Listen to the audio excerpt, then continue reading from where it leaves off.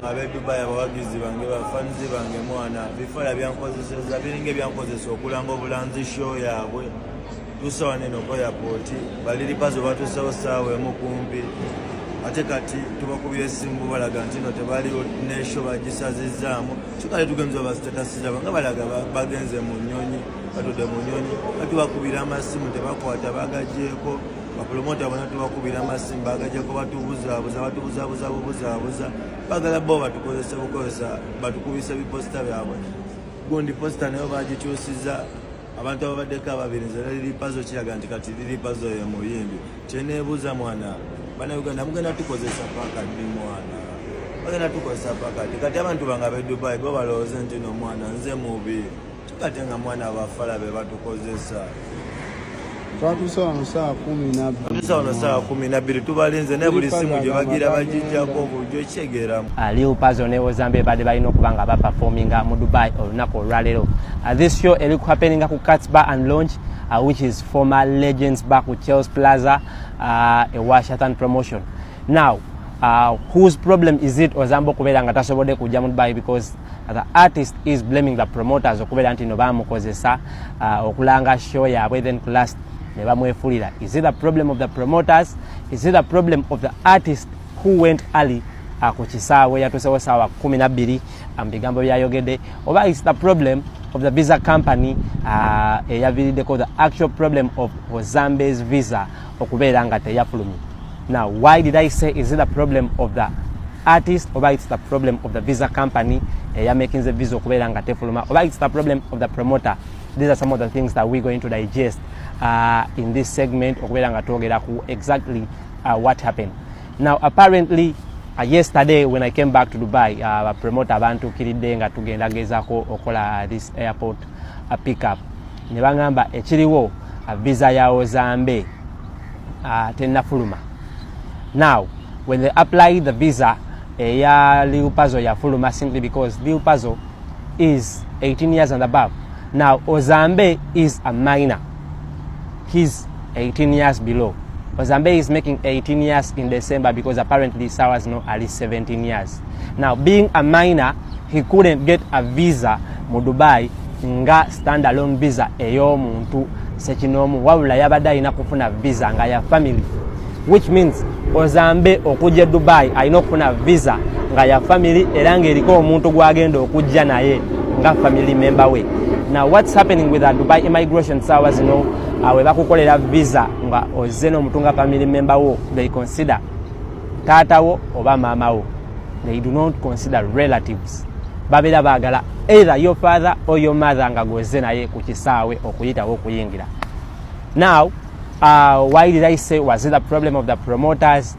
Partly kisobola okubeera problem ng'osobola okugisa ku promoter nti when this happened, we baba wa visa ya Ozambe nga mulaba passport eri under age, what was and travel yali alina okubaguidinga okubagamba nti this boy cannot get a visa nga yo omuntu ng'eyali Lil Pazzo we yafulumye, wabula alina kufuna visa nga ya family.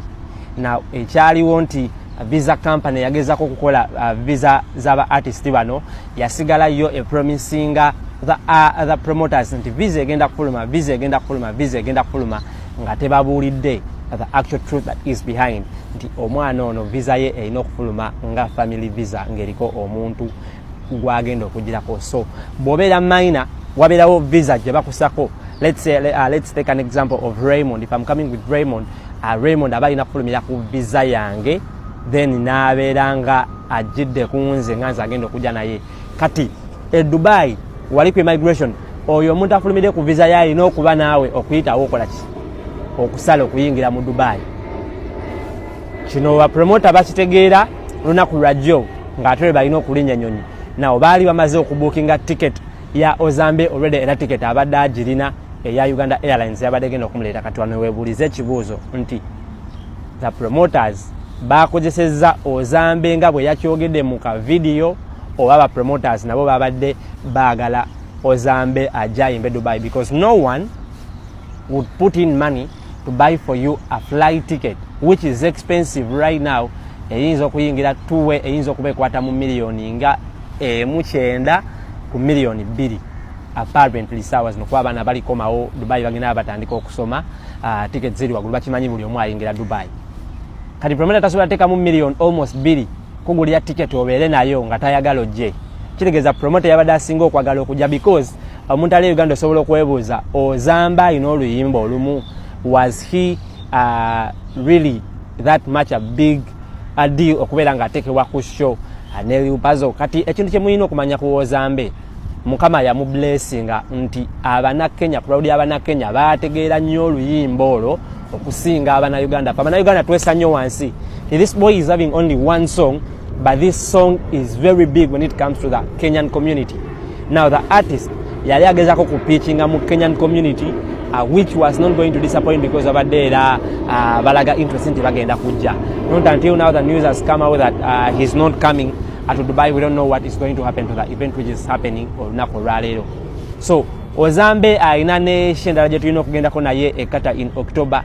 Same thing twabala audience y'abana Kenya because the Kenyans love this song so much to the extent they are willing to pay money to come to Ugandan events okubeera nga balaba omwana ono ng'ayimba. So eyo ye advantage omwana ono gy'alina bw'aba ali ku show nti yatapinga mu audience y'abana Kenya bamuleetedde okubeera nga afuna this international gigs okubeera nga alinnya ennyonyi. So ekyo Ozambe nawe njagala obeerewo ng'okimanyi nti your greatest achievement oba milestone oba kyolina okwekwatako nti olina international audience y'abana Kenya kyobula aba promoters ababeera bakuteeka ku shows zaabwe.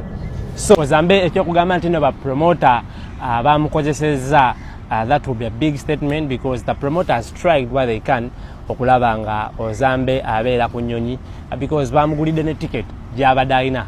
Singa ekyeza Ozambe obeera okidisputing nti ticket tebaagikugulira then awo kyandibadde it's evident nti ba promoter bakozesezza erinnya lyo okubeera nga bagezako okupuulinga numbers but obuzibu bonna kati bulina kubeera kwani because the promoters bakola ekyabwe in time. They pay the ticket, they pay the visas early. Ozambe yawaayo passport waddeera kuba nti Ozambe wenyina okwagala otunuliremu nti in the business you're in passport eno bandigikoze nga pazaali esukka emyaka 18. Ekyo management yo yali erina okukitunulamu because ekyo kikyali awo. The question would be when you come to Dubai are minors allowed to enter the bar? They are not. If your passport is below the age of 18 years, then you cannot even enter the bar.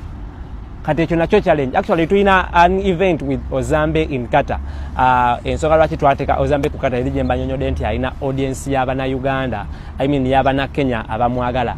So promoter we Qatar kikukakatako okumanya Ozambe anayingira ebbala okuperforminga because in Qatar it is very strict. Everyone who enters, you must put your permit or your ID ku mulyango okwaccessinga the club. Qatar kiri strict. Kati Qatar njagala ekyo mukitunulemu nnyo. Will a minor like Ozambe, because he's making 18 years in December, will he manage to enter the bar to perform when he's 17 years? That is a question that we should all ask ourselves. How is he going to get a visa to come to Qatar?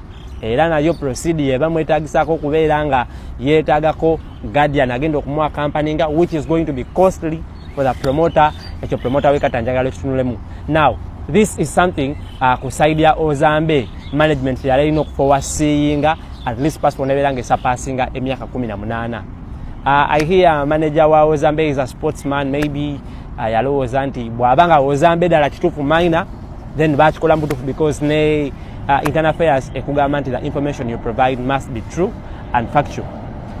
Naye ba sportsman balina nnyo omuze gw'okusala emyaka okugezaako okufitinga mu sports gundi ez'enjawulo. So manager wa Ozambe wabanga basala busazi myaka gya Ozambe alabike ng'omuto, then that was wrong because kati eno yesaawo omanye what it is costing you because nesho ye Qatar bwe tutaweera nayo eyinza okugaana kubanga bw'onooba ofunye visa okuyingira okuperforming egenda kubeera risk y'amaanyi promoter gy'agenda okubeera nga ateekinze gwe okubeera ku stage ng'oli under 18 years. That is something the promoter should look into. That is something ne Ozambe management kyerina okubeera anticipating what is going to happen ku show ye Qatar. Obuzibu buli ku side yani ku this side of show ye Dubai nti nze nja kusooka mpichinge ku side ya tours and travel. Tours and travel ought to know this earlier mwali mulina okuguidinga promoter ku steps kyezirina okukolebwa n'abeera nga amanyi naye mbeera nga mwamuprolonginga. That is the reason why we're having this problem. Now telling the promoter ku last minute era nga bagezezaako okuyiiya okulaba nga bafuna omuntu gwe bateekako Ozambe visa efulume. When they talk to me nabagambye of course this is not going to be possible. Ozambe visa ne bwene efuluma nga omuntu gwe bamutaddeko nga taata we oba maama we tazze naye tagenda ayitawo ku Dubai airport because ekyo nze nakirabako. So a minor can only enter Dubai nga alina taata we oba maama we. Saawa zino tebakyakkiriza na relative nti this is my uncle. It has to be your father or your dad. And there has to be a birth certificate that confirms that the person who is having you is your real father or your real mother.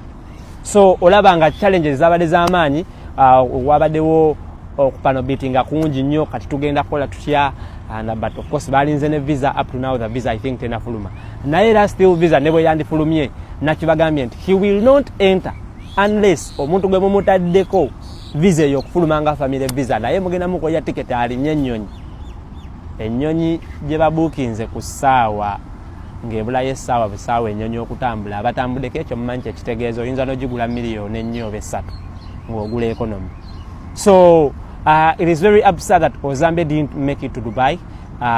Kibi nnyo ku side ya promoter but Ozambe bino byonna byonna kyenkakasa babikunyonyole the whole of yesterday naye wabadde toyinza kubitegeera kubanga munnange yennyonyi yabadde empanvu okujja e Dubai. So you feel frustrated and you feel the anger that tewali nyenyonyi olabanga promoter yabadde akubuzaabuza but the promoters also tried while they can at last moment naye nga balaba kigaanyi. Tours and Travel yakoze visa zino mwebale nnyo eya Lupazo yafulumye Ozambe yaganye okufuluma naye information mwawa ntono nnyo to the side of the promoter okubeera nga ali equipped nekino ekyatuusewo saawa zino Ozambe okubeera nga talinnye nnyonyi. So that's what's happening. Tugenda kuba twogerako ne ba promoters bano tuli kubanoonya bagezeko okutuwa details endala lwaki balemereddwa even when they try to put the visa ku last moment. Yo yafulumye oba yo teyafulumye. We yafulumye bakizudde nti Ozambe tasobola kuyingira Dubai nga tajiddeko oli muntu oba nayo tenafuluma. These are some of the things we tugenda okubeera nga tweyongera okumanya nga tusanze ba promoter bano.